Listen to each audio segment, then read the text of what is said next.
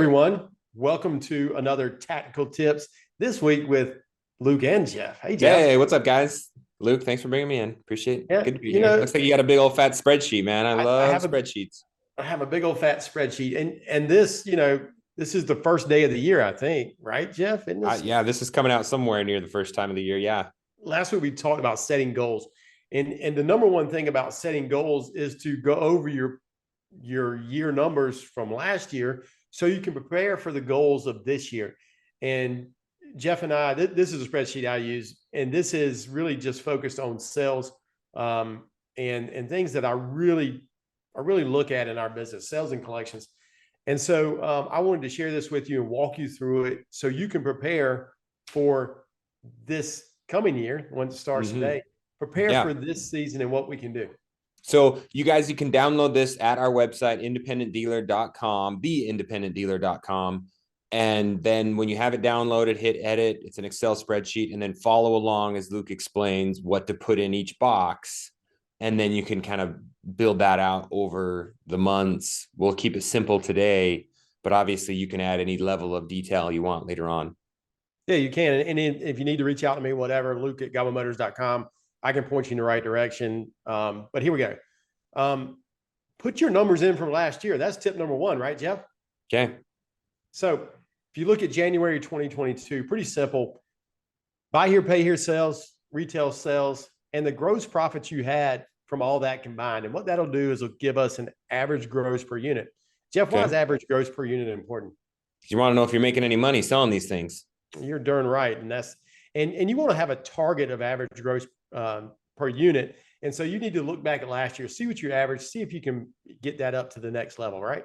And this is average gross before back end products, before discounts, before everything, right? This is just cost of goods sold, your car, your recon, subtracted by the amount you sold it for. Exactly. Okay. The amount you sold it for subtracted. Yeah, that's right. The other way, right? So then I have a layer here for doc fees. Our doc fees in South Carolina are 225, so it's already built in at a 225 number. So you take those numbers, it'll just give you that. Gap, we sell Gap. We sell a lot of Gap, and so we put the number in there, and then our Gap profit is 250 per car, I think. So it will just give you that total. And what I want to know is my Gap penetration percentage, right? So we average about 70% Gap penetration. How about you, Jeff? 0. 0. 0.10, 0.01. All right, so we got to get that up for you, Jeff. Yeah. And then we break down our 24 and our 36 because we make a little bit of profit on those. And we break that out and it'll show our warranty profit. And then it'll give us our VSC, our vehicle service contract percentage. We aim for at least 40%. How about you, Jeff? Yeah, we're much better with that. We're probably in the 60 or 70, but I don't know the exact number because I haven't done this yet. Well, that's you need to do this. I'm on it. Collections, that's the total amount of principal and interest we collected for each month. Okay, so you're talking total dollars collected. Yep. Everything that either your car lot, if you don't have an RFC, or if you are buy here, pay here, and you have an RFC, every dollar of interest and principal that you put in your bank account? Exactly. And not down payments or anything, but actually car payments coming in the door. Okay. And I break out the interest collected because I want to see how much interest we're making each month, how much collected interest we're getting. Repo number, pretty simple. Total repo loss. And that'll give us our average repo loss. And that's, a number you need to know. And I can tell you that number is going up. Yeah. It has already gone up for me. So, but you want to know that number because you can figure out ways to make that number go down. And then the number of accounts at the end of each month. I like to know that so we can kind of figure out exactly how we're trending, where we're going, what we need to do to try to keep that number up. I won't go over service sales, service net. I'm not necessarily sure everybody out there has that, but I like to track that. Some things I added on here at the end of the year: average down payment, average ACV, cash and deal, and average term. Okay. Super important. It's good to track that. If somebody asks me, I know right off the top of my head, this is what it is.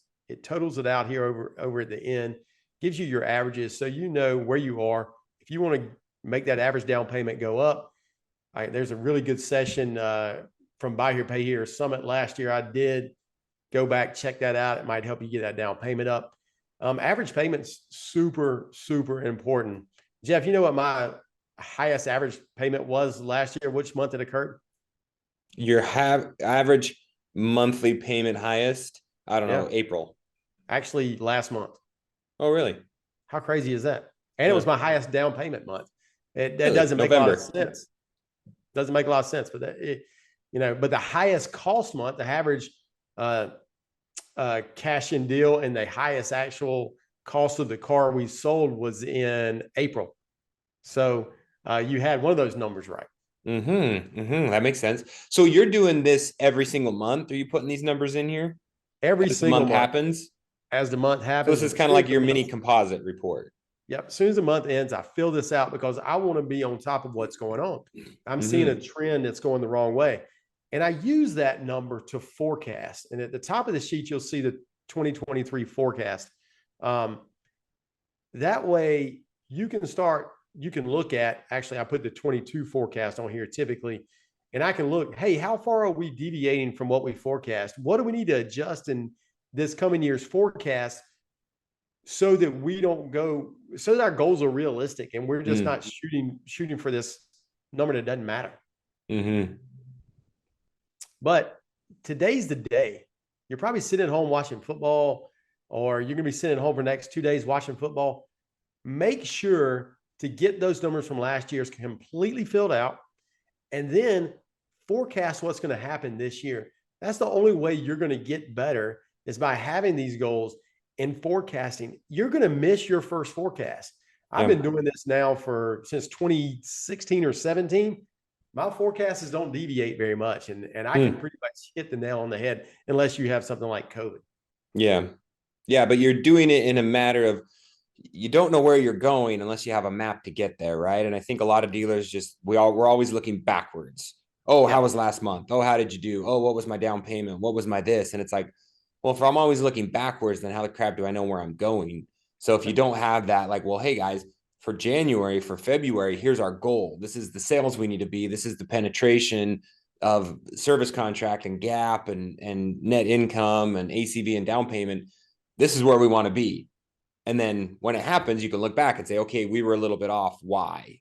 And how do we get back on track now that we're veering in the wrong direction? Because a lot of us, like me, I just look back and I'm like, man, I really didn't make much money last year. What happened? Oh, well, my grosses were completely down because I wasn't paying attention to what direction my grosses were going. And Jeff, I'm going to let everybody in a little secret. There's a big, super easy way to fix a lot of these problems, and it's called training. It's training for you, and it's training your staff, right? And watching us will get you both training. Yep. All right, Luke. Happy New Year's. Merry Christmas.